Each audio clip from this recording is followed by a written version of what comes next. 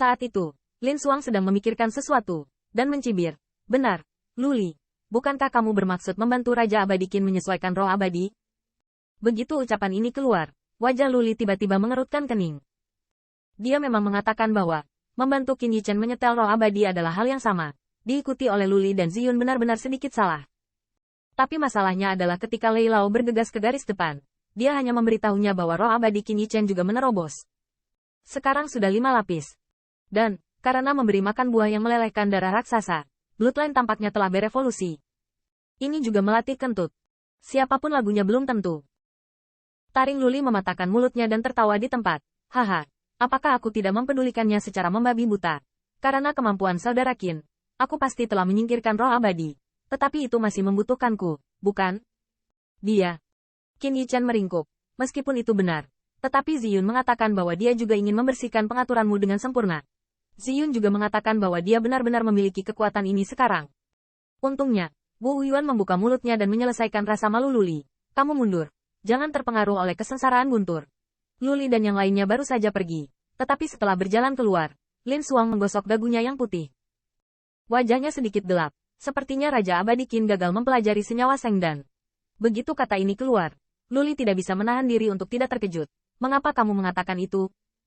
Saya pikir suasana hati saudara Qin sepertinya tidak buruk. Sebenarnya, barusan, Luli ingin menanyakan tentang kemajuan kompleks Sengdan. Tapi dia bias dengan insiden Ziyun. Ditambah lagi Lei Yun mendekat, dia harus pergi dulu. Lin Xuang menganalisis. Meskipun Raja Abadi Qin tidak dapat melihat apapun. Anda tidak melihat apa yang dia lakukan sekarang? Luli masih tertegun, melampaui kesengsaraan. Lin Xuang memelototinya. Sedikit jijik, kamu tidak buta. Apakah kamu masih tidak mengerti? Meskipun saya mendengar surga kecepatan kultivasi Qin Immortal Monarch menantang, harus ada batasnya. Melihat Luli masih tidak mengerti, Lin Xuang berkata dengan nada humor, katakanlah waktu itu terbatas. Saat Anda berkonsentrasi pada satu hal, apakah itu berarti hal lain untuk sementara terdampar? Begitu ucapan ini datang, Luli tiba-tiba merasa, ya, dalam waktu yang mendesak seperti itu, Qin Yichen kemungkinan besar akan mengetahui bahwa tidak ada harapan untuk mempelajari senyawa Sengdan, dan kemudian beralih ke Martial Dao.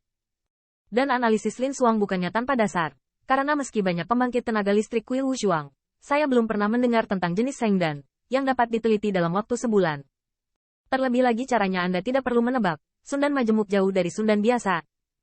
Kerumunan sedikit kecewa, dan mereka terdiam beberapa saat. Mereka tidak menyalahkan Qin Yichen sama sekali, tetapi hanya merasa kasihan pada yang pertama. Lagi pula, 1 bulan terlalu singkat, bahkan dari sudut pandang Luli, bahkan jika Anda mengundang guru abadi Kaisar, 1 bulan mungkin tidak dapat mempelajarinya. Setelah berjalan keluar sebentar, Zhou Zhou berbisik, kamu berkata, apakah itu saudara Qin, yang juga mempelajari senyawa Sengdan dan menerobos Martial Dao? Suara Zhou Bian sangat kecil, dan meskipun penuh harapan, dia tahu betapa tidak realistisnya itu. Belum lagi orang biasa, bahkan jika mereka adalah 2 pemimpin Shenwu, sulit untuk melakukan salah satunya dalam sebulan, apalagi mencapainya. Lin Xuang memandang Zhou M. Beberapa kata terlalu menyakitkan, tetapi semua orang bisa mengerti. Alangkah baiknya jika saya memberi saudara Qin sedikit lebih banyak waktu. Ya, saya telah melihat dan bahkan mengambil senyawa dan ini memang kidan yang langka di dunia.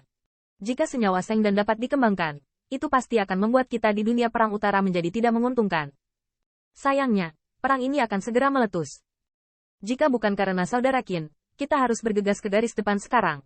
Namun, pada saat yang sama dengan penyesalan Luli, di hadapan guntur yang menggelinding, sudut mulut Qin Yichen menimbulkan kelengkungan. Ayo, Tuan Muda, aku harus bergegas dan membuat pil. Bang.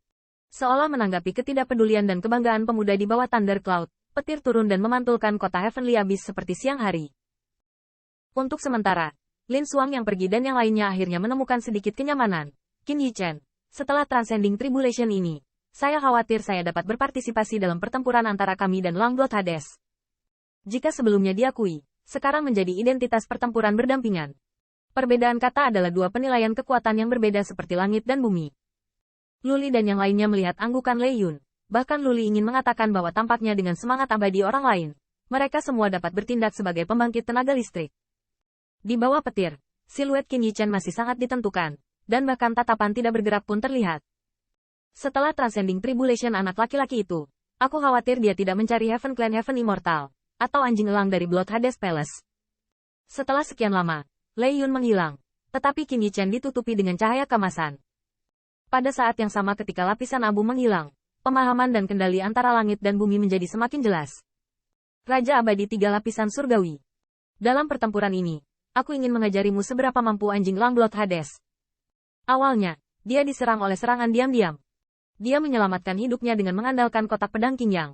Qin Yichen tidak mengatakannya, tapi dia menganggapnya sebagai rasa malu dan pertumpahan darah di dalam hatinya. Sudah hampir waktunya untuk Suesa. Zhan Wuyuan memeriksanya. Kondisi Qin Yichen lebih baik dari yang dia harapkan. Anda harus tahu bahwa setelah melampaui kesengsaraan, surga dan bumi tidak cukup baik untuk memulihkan luka Anda atau semacamnya. Namun, setelah Qin Yichen merasa lega untuk sementara waktu, dia sangat ingin pergi. Jangan memikirkannya dan ketahuilah bahwa itu akan membuat Seng Wudan.